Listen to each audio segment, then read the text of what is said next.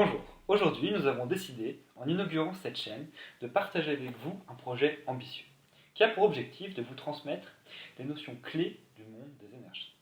Cette chaîne, le dessous des énergies, vous immergera au cœur de notre passion, pour rêver et peut-être même construire un monde plus durable. Le dessous des énergies, ça sera pour nous l'occasion de vous présenter les grands enjeux de cette transition énergétique, mais aussi d'aller à la rencontre d'acteurs et d'experts de cette transition en France.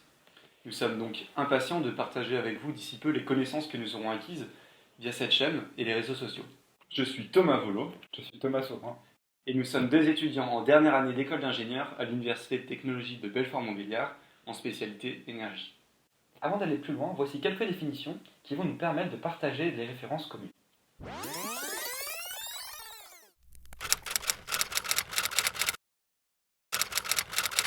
L'énergie, c'est une grandeur en physique. L'énergie, c'est par définition en physique la grandeur qui caractérise le changement d'état d'un système. Donc dire qu'on utilise de l'énergie ou dire qu'on change le monde qui nous entoure, c'est pareil. C'est exactement pareil. Et de là, soit dit en passant, vous avez une conclusion simple qui est que l'énergie propre n'existe pas, puisque par définition, utiliser de l'énergie, c'est changer ce qui nous entoure, et ça ne peut pas être propre. Vous savez, être propre, c'est laisser les lieux dans l'état dans lequel vous les avez trouvés, et quand on utilise de l'énergie, c'est justement pour faire l'inverse. Donc l'énergie propre, ça ne peut pas exister.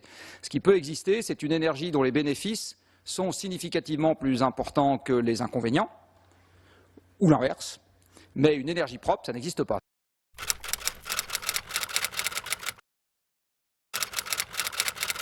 L'enjeu de la transition énergétique, c'est de passer d'une économie dans laquelle nous vivons actuellement, qui est essentiellement héritière de la révolution industrielle, et donc qui dépend de manière fondamentale de la consommation d'énergie fossile, vers une économie qui en dépende le moins possible.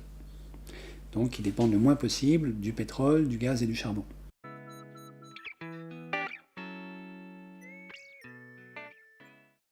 Nous avons décidé d'aborder ce sujet avec vous pour de multiples raisons. La première d'entre elles, c'est que cette transition est inévitable pour réduire les impacts dévastateurs du réchauffement climatique.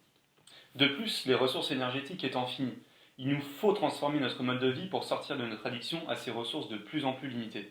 La transition énergétique, loin d'être une fin en soi, n'est qu'une petite partie d'un ensemble de transformations globales qui doit aboutir à une société plus résiliente et plus durable. Curieux et engagés, nous tenons à partager avec vous notre aventure pour vous transmettre des connaissances sur ce sujet qui nous semble primordial. Avec un regard neuf, nous souhaitons confronter nos a priori et nos acquis théoriques à la réalité du terrain, de l'entreprise et de la société en général.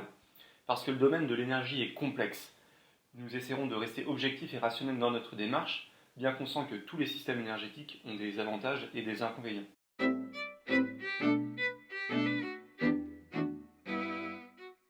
L'objectif des prochaines vidéos consistera à analyser les systèmes de production et de consommation d'énergie.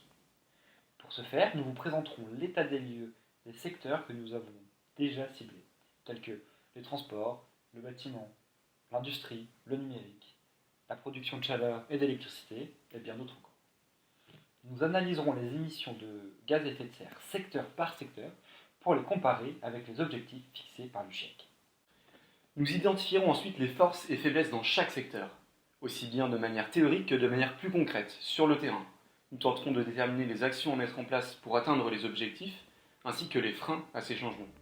Voilà donc notre première vidéo qui sera la première d'une longue série. Nous espérons que cette chaîne vous plaira.